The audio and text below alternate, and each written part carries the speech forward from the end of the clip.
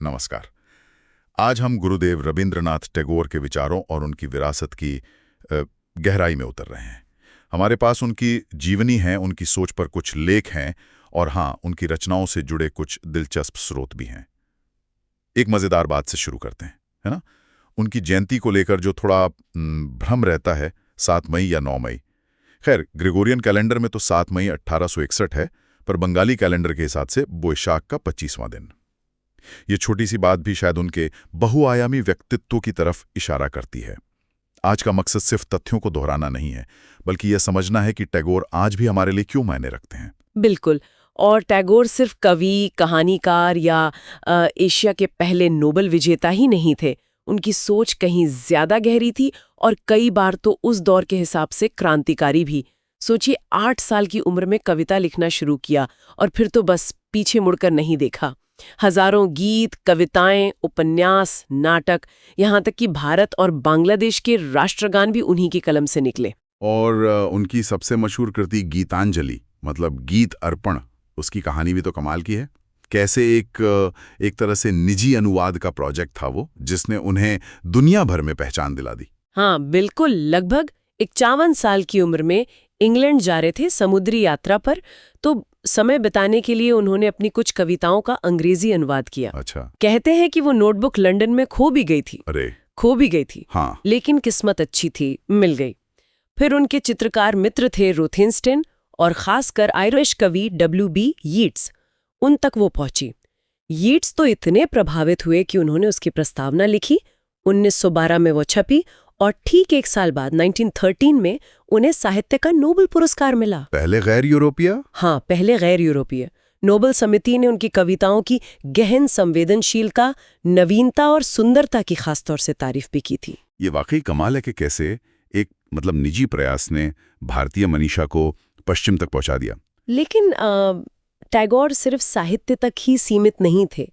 शिक्षा के क्षेत्र में उनका योगदान भी उतना ही अहम है। शांति निकेतन। हाँ, शांति निकेतन वो सिर्फ एक स्कूल नहीं था, वो शिक्षा पर उनके अपने विचारों का एक प्रयोग था, जिसकी नींव तो उनके पिता देवेंद्रनाथ टैगोर ने रखी थी। ये उनके उपनिषदिक आदर्शों पर आधारित था। मतलब प्रकृति के साथ तालमेल, सिर्फ किताबी ज्ञान नहीं, बल्कि कला, संगीत और आत्मा की स्वतंत्रता पर जोर। उनका मानना था कि सच्ची शिक्षा वही है जो इंसान को स्वतंत्र बनाए, सोचने के लिए, विश्वास करने के लिए, खुद को अभिव्यक्त करने के लिए। और फिर 1921 में ये विश्व भारतीय विश्वविद्यालय बना, जो आज यूनेस्को विश्व धरोहर स्थल भी है। यहाँ एक दिलचस्प बात सामने आती है। एक तरफ तो वो देशभक्ति गीत लिख रहे थे, दूसरी तरफ वो राष्ट्रवाद के, कह सकते हैं, मुखर आलोचक थे। ये थोड़ा कैसे समझें इसे? हाँ, ये एक बहुत अहम नुक्ता है। देखिए, टैगोर देशभक्त जरूर थे, इसमें कोई शक नहीं, लेकिन वो पश्चिमी मॉडल वाले राष्ट्रवाद के सख्त खिलाफ थे। उनका मानना था कि इस तरह का राष्ट्रवाद अक्सर दूसरों की कीमत पर अपनी श्रेष्ठता साबित करने, संघर्ष और कब्जा करने पर आधारित होता है। उन्होंने इसे क्या कहते हैं, हाँ, बंधन का सबसे खराब रूप कहा था। वो सामाजिक सहयोग और मानवता को राष्ट्र से ऊपर रखते थे।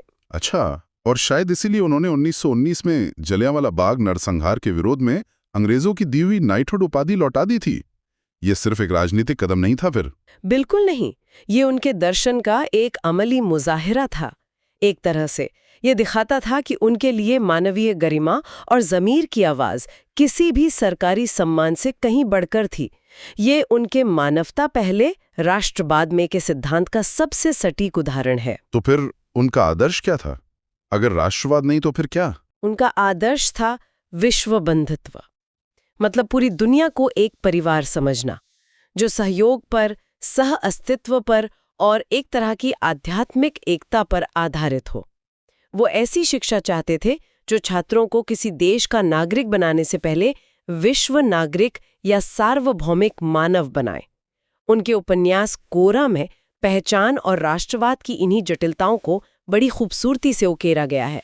यानी उनकी जो कहानियां हैं, जैसे काबुली वाला या नाटक जैसे डाकघर, वो सिर्फ मनोरंजन नहीं है, बल्कि इन्हीं गहरे मानवीय रिश्तों और विचारों को सामने लाती हैं। निश्चित रूप से उनकी रचनाएं उनके विचारों का आईना है। तो संक्षेप में कहें तो रविन्द्रनाथ टैगोर सिर्फ एक लेखक या नोबेल विजेता नहीं थे, बल्कि वो पूर्व और पश्चिम के बीच एक पुल बनाने वाले थे, शिक्षा को नई दिशा देने वाले थे और राष्ट्रवाद जैसी धारणाओं पर मौलिक सवाल उठाने वाले एक दूरदर्शी विचारक थे। हाँ, और उनकी विरासत हमें आज भी सोचने पर मजबूर करती है। आज की दुनिया में जहां देशों के बीच सरहदें और टकराव अक्सर हावी रहते हैं, टैगोर का राष्ट्रवाद पर सवाल और विश्व बंधुत्व का सपना कितना प्रासंगिक लगता है। और क्या हमारी शिक्षा व्यवस्था वाकई उस सार्वभौमिक मानव को गढ़ पा रही है जिसकी कल्पना टैगोर ने की थी? ये सवाल यकीनन हमें विचार करने के लिए छोड़ जाते हैं।